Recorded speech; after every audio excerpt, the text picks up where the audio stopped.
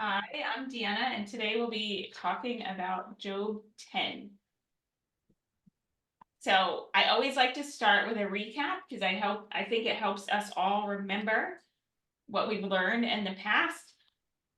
Last time we did a fill in the blank, but it's been, I think, about 2 months since we did the last chapter based off of me looking back at where we've been.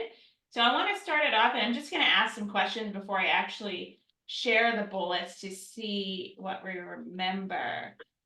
So can someone tell me how many sons and daughters that Job had? Go ahead, Theo, Eddie. 7 boys, 3 daughters. Yes. And what were Job's 2 friends' names that have spoken in chapters previous to this chapter so far? His friends? Yeah. Yes.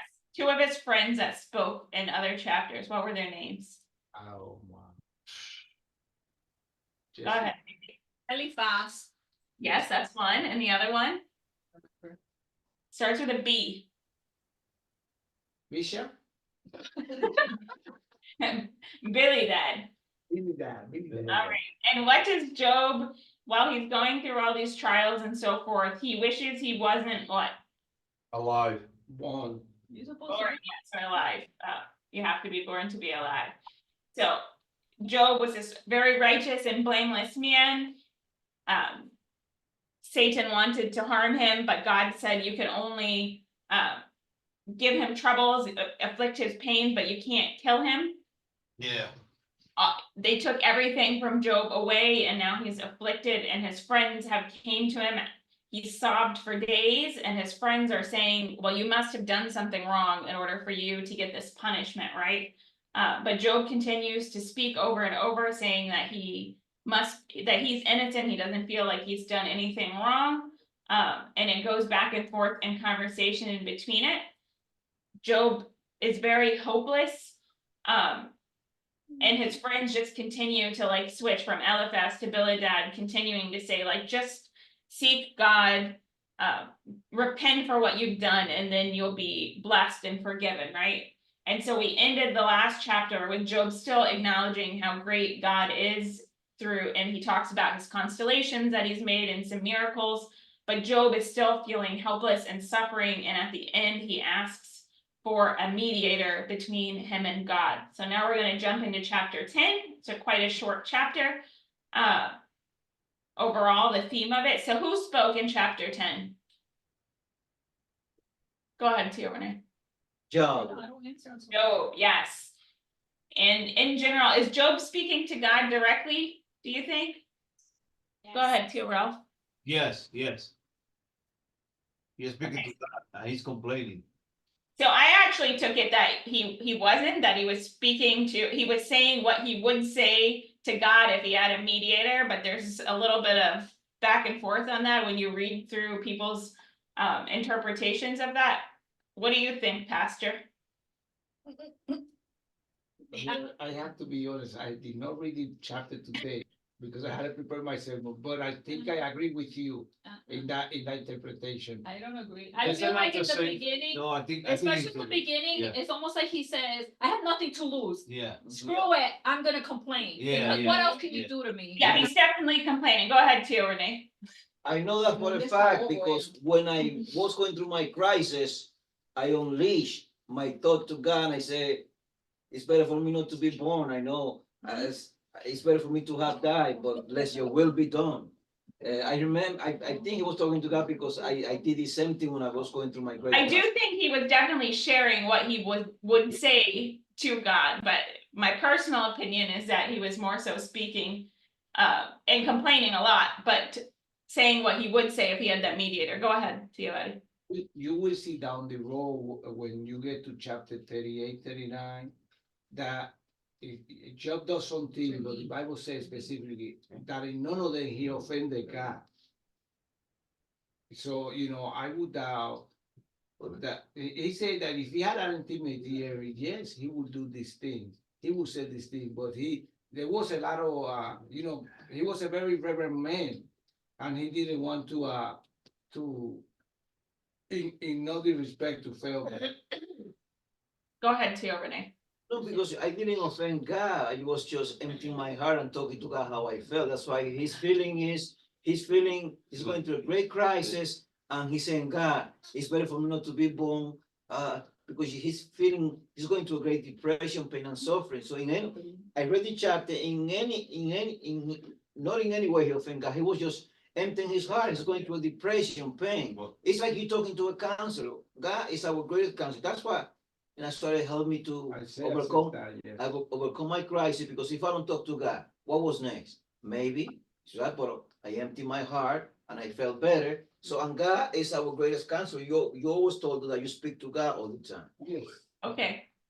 And what do you think the main thing that Job wants to ask God? Go ahead, Joel.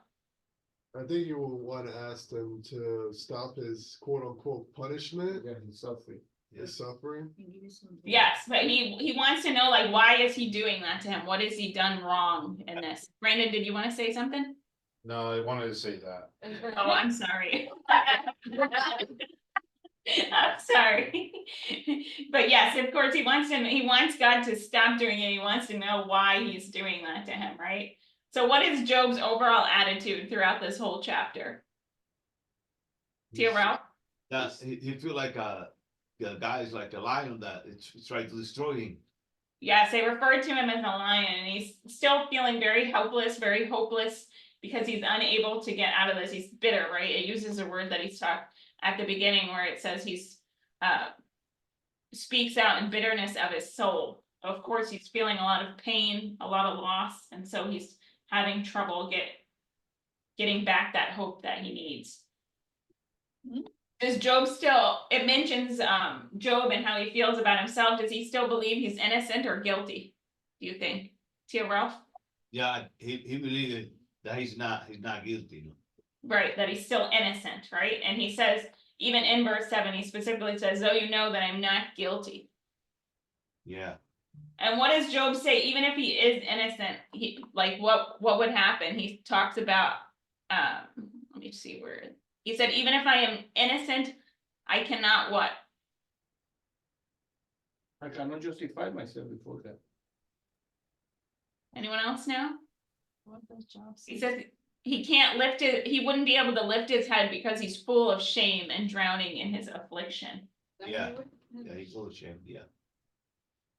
And are you only blessed if you show favor to God, or do you think that you can find blessings in your life even if you don't? It depends what you consider a blessing, Diane, if I may. Yes, that's a very good point. There is Go a- ahead, Brandon. Yes, you can be blessed, even if you aren't showing favor to God. Because God could have a gift for you or a fruit for you that you still need to develop through God's relationship. But sometimes the blessings are there. Just being alive sometimes is a blessing. Right, so I wrote it backwards, but meaning the same thing is, no, we're not only blessed if we're showing favor to God, but we could receive blessings in other ways, because we don't just get a blessing or a curse if we do something good or bad, right? It's not like you do one thing bad, you get a curse. If you do one thing good, you get a blessing for equal of that. And at the end of the chapter, he returns to a theme, wishing he was not what? We already talked about. Born, yes, born.